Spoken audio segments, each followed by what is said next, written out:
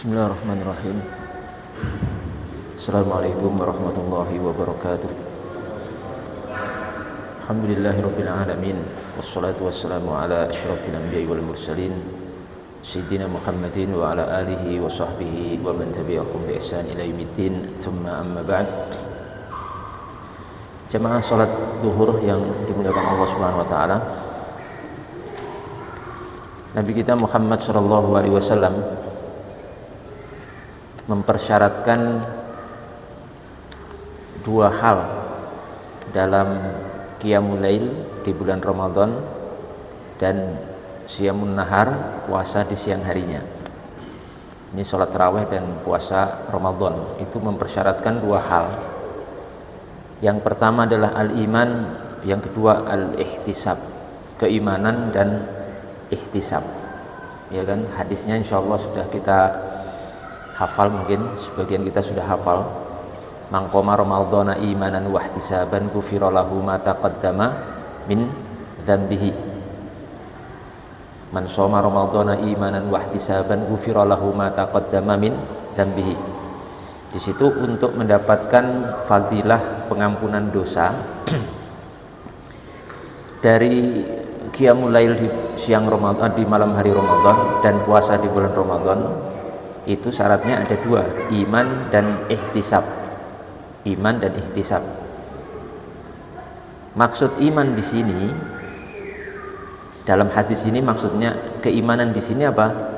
Itu maksudnya tasdiqu bima wa'adallahu lahu minas thawab. Membenarkan janji Allah Subhanahu wa taala berupa pahala pada amalan tersebut.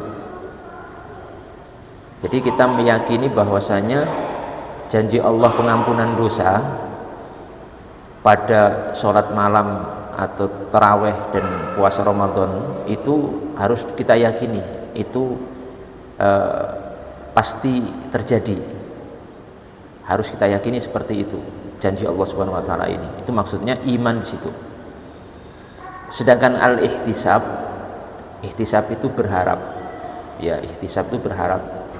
Pada sholat tarawih dan puasa Ramadan itu ihtisab maksudnya ayakuna mukbilan alaih, seorang hamba itu mukbilan alaih, datang kepada Allah Subhanahu wa taala, kembali kepada Allah Subhanahu wa taala, maksudnya kembali kepada aturan dan agama Allah Subhanahu wa taala, dalam kondisi dia harus khasyian lillah, takut pada Allah Subhanahu wa taala. Maka kalau seorang hamba ingin mendapatkan fadilah pengampunan dosa dari puasanya di siang hari dan sholat tarawihnya di malam hari, kata para ulama di sini sebutkan seyogyanya fayan bagi aya'rifa hurmatas syahri, seorang hamba itu harus mengetahui akan kemuliaan bulan Ramadan. Ini bulan suci, bulan mulia, harus kita ketahui sebagai seorang muslim supaya kita mendapatkan fadilah keutamaan pengampunan dosa yang disebutkan dalam dua hadis yang sudah kita baca tadi. Sampai ada cerita, ya, cerita memang sakral benar, bulan Ramadan itu sakral benar. Itu ada seorang cerita, itu pelaku maksiat. Pelaku maksiat, dia itu hobinya mabuk, hobinya mabuk. Tapi orang ini muslim, tapi luar biasa, pelaku maksiat yang sangat luar biasa, hobinya mabuk, minum-minuman. Tapi sejelek-jeleknya orang Islam, sebanyak-banyaknya dosa orang Islam itu, naluri keimanan, keislaman itu paling tidak masih tersisa. Sehingga ketika dia mabuk itu, pas dia dengar azan buka puasa itu, dia berhenti dulu. Walaupun mabuk, tapi pas dengar adzan itu dia berhenti dulu. Setelah adzan selesai baru dilanjutkan. Ya. Sampai seperti itu. Itu seorang muslim sejelek itu, dia naluri imannya itu pas maksiat dengar adzan itu dia berhenti. Ini menunjukkan orang seperti ini masih ada keimanan, rasa takut pada Allah Subhanahu wa taala yang walaupun kadang hilang dari dirinya itu. Dan ternyata benar dugaan saya, orang seperti ini saya duga dulu insya Allah orang seperti ini akan mudah dapat hidayah. Dan ternyata benar, orang itu kemudian mendapatkan hidayah dari Allah Subhanahu wa Ta'ala setelah beberapa tahun itu bertaubat dari perbuatannya, karena masih merasa takut pada Allah Subhanahu wa Ta'ala. Termasuk di sini, kalau kita ingin mendapatkan fadilah bulan Ramadan, maka pertama kali yang harus kita pahami adalah kita harus mengetahui kehormatan kemuliaan bulan Ramadan di sini. Ya, seburuk-buruknya orang Islam itu jangan sampai maksiat bulan Ramadan. Kita tidak membenarkan maksiat ya, tidak. Tapi kalaupun ada gitu, jangan sampai kebangetan bulan Ramadan pun maksiat gitu. Insya Allah kalau orang seperti ini ya, walaupun sejelek apapun dia masih menghormati Ramadan, buruknya apapun dia, insya Allah satu saat Allah akan berikan hidayah kepadanya, insya Allah.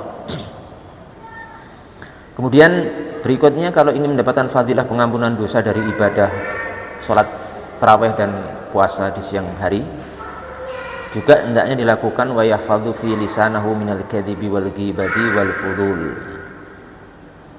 menjaga lisannya dari berbohong, dari menggunjing, membicarakan keburukan, kekurangan saudaranya sama muslim, dan fudul. Fudul itu berbicara yang sia-sia. Usahakan kalau di Ramadan ini, terutama pas sedang puasa itu, ucapan kita itu nilainya ibadah semua kalau bisa. Kalau bisa itu paling tidak kebanyakan kita isi dengan nilai lisan yang keluar itu nilai berpahala gitu. Ya dengan baca Quran, dengan berzikir kepada Allah Subhanahu wa Ta'ala ataupun yang lainnya ya. Kecuali memang daruri kita untuk menggunakan lisan kita pada hal-hal yang tidak bisa tidak ya, karena kita bekerja di satu kantor, kita harus berbicara ini itu sesuai dengan kegiatan kita, tidak masalah kalau itu, dan itu pun bernilai pahala. Jadi jangan dibayangkan ibadah itu harus di masjid terus ya. Kita kerja, kita mencari nafkah untuk anak istri kita, itu ibadah itu ya. Bahkan kadang ibadah kerja cari nafkah itu lebih hebat dari ibadah sholat malam,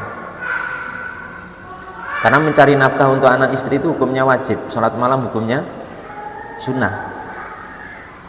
Makanya kalau ada beberapa kasus ya, sebagian saudara kita itu ada, sebagian, enggak semua ya, sebagian saudara kita itu sebagian malam Ramadan itu enggak bisa tarawih. Saya disampaikan begitu. Sebabnya apa saya tanya? Karena beliau ini kerja di satu perusahaan. Kalau pas jadwal beliau ini, beliau di jam tarawih itu nunggu mesin produksi, dan bisa tidak bisa harus nunggu, dan itu jam tarawih, jam ba'da isya sampai pagi, sampai menjelang sahur. Akhirnya nggak bisa tarawih, walaupun nggak tiap hari ya, tapi ada berapa kali lah di bulan Ramadan begitu, sampai seperti itu. Lah terus tanya ke kita, bagaimana Ustadz seperti itu? Ya nggak apa-apa, karena begini, kalau Anda kemudian tidak manut, tidak tunduk kepada perintah atasan kerja di situ, kan nanti bisa dipecat nganggur, belum punya pengganti. Anak istri tanggungannya kan harus ada. Maka dalam kondisi seperti ini, kalau memang tidak ada kesempatan sama sekali, maka mempertahankan bekerja di malam itu untuk menafkahi istri dan anak itu lebih utama daripada Anda sholat tarawih, nekat sholat tarawih yang nanti bisa menyebabkan dipecat dari pekerjaan Anda. Itu namanya fikih, Pak. Fikih bagaimana kita berusaha untuk memahami dengan benar. Jadi ketika kita puasa Ramadan, hindari berdusta, ghibah, menggunjing, berbicara yang tidak perlu, dan juga wa yahfadzu jawarihahu anil khotoya wazzalal, menjaga jawarih, anggota tubuh kita, tangan, kaki dan sebagainya, dari berbagai dosa dan ketergelinciran. berbagai dosa dan tergelinciran yang mungkin kita akan jatuh di dalamnya. Kita usahakan kita hindari ya. Tangan kita, kaki kita, semuanya, mata, telinga, kemudian lisan dan sebagainya. Kemudian yang terakhir, wa yahfadhu qalbahu ya anil hasadi wa adawatil muslimin. Yang terakhir itu kita jaga hati kita dari hasad. Hati kita itu jangan sampai ada hasad di bulan Ramadan. Di luar Ramadan saja haram, apalagi di saat bulan Ramadan haramnya lebih double. Hasad itu sebenarnya intinya cemburu kepada nikmat yang dimiliki orang lain, terus berharap nikmat itu hilang dari saudara kita. Itu namanya hasad. Banyak hal, pintu hasad itu bisa harta, bisa kedudukan, bisa ilmu, bisa akhlak. Kita lihat saudara kita ada yang akhlaknya bagus gitu ya, kita hasad. Kita nggak bisa seperti itu hasad, kemudian kita menghendaki untuk hal itu tidak ada pada saudara kita, kemudian kadang kita memfitnahnya, nauzubillah. Atau ada saudara kita yang jabatannya tinggi, hartanya melimpah, kemudian kita hasad, kita pengen itu semua tidak ada pada saudara kita, hilang. Akhirnya kadang kita memfitnah mereka.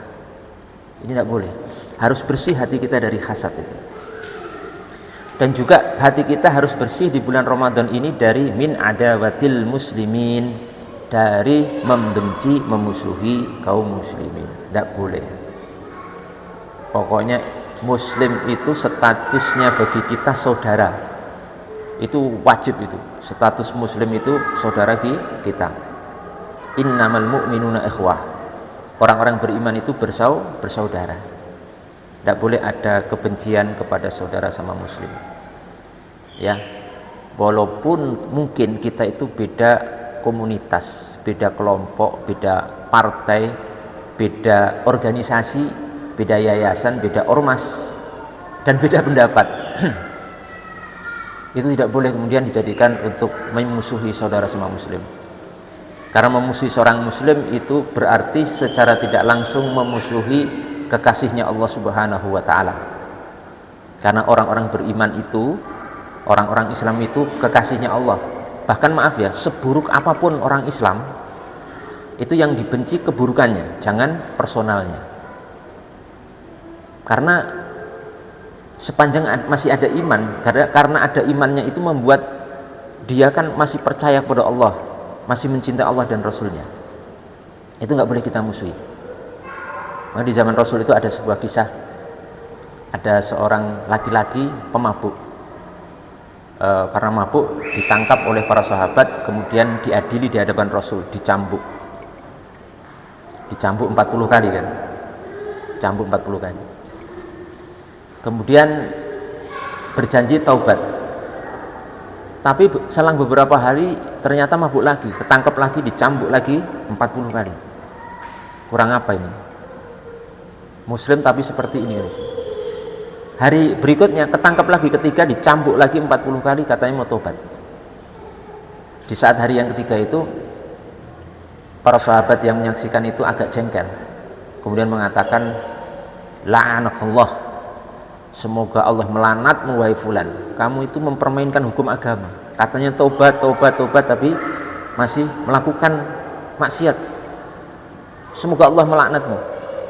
Mendengar kata laknat ini, Rasulullah yang berada di samping laki-laki itu malah marah Rasulullah. Kemudian mengatakan, la tal'anhu, jangan kamu laknat laki-laki ini walaupun dia pemabuk, pelaku maksiat. Sebab apa? Fa innahu yuhibbullaha wa rasulah. Walaupun dia pemabuk, pelaku maksiat seperti ini, tapi dia itu masih cinta kepada Allah dan Rasulnya. Di hatinya, lubuk yang paling dalam itu masih cinta kepada Allah dan Rasulnya. Yang dengan itu pada akhirnya orang itu mendapatkan hidayah, lepas dari kemaksiatan. Jemaah yang dimuliakan Allah Subhanahu wa ta'ala, mungkin itu yang bisa kami sampaikan. Semoga bermanfaat untuk kita semuanya. Keterangan ini saya nukil dari kitab Tanbihul Ghafilin bi Ahadithi Sayyidil Anbiya wal Mursalin karya Al-Imam As-Samarqandi rahimahullahu taala, halaman 324. Semoga bermanfaat. Mohon maaf kalau ada kekurangan. Wabillahi taufiq wal hidayah. Wassalamualaikum warahmatullahi wabarakatuh.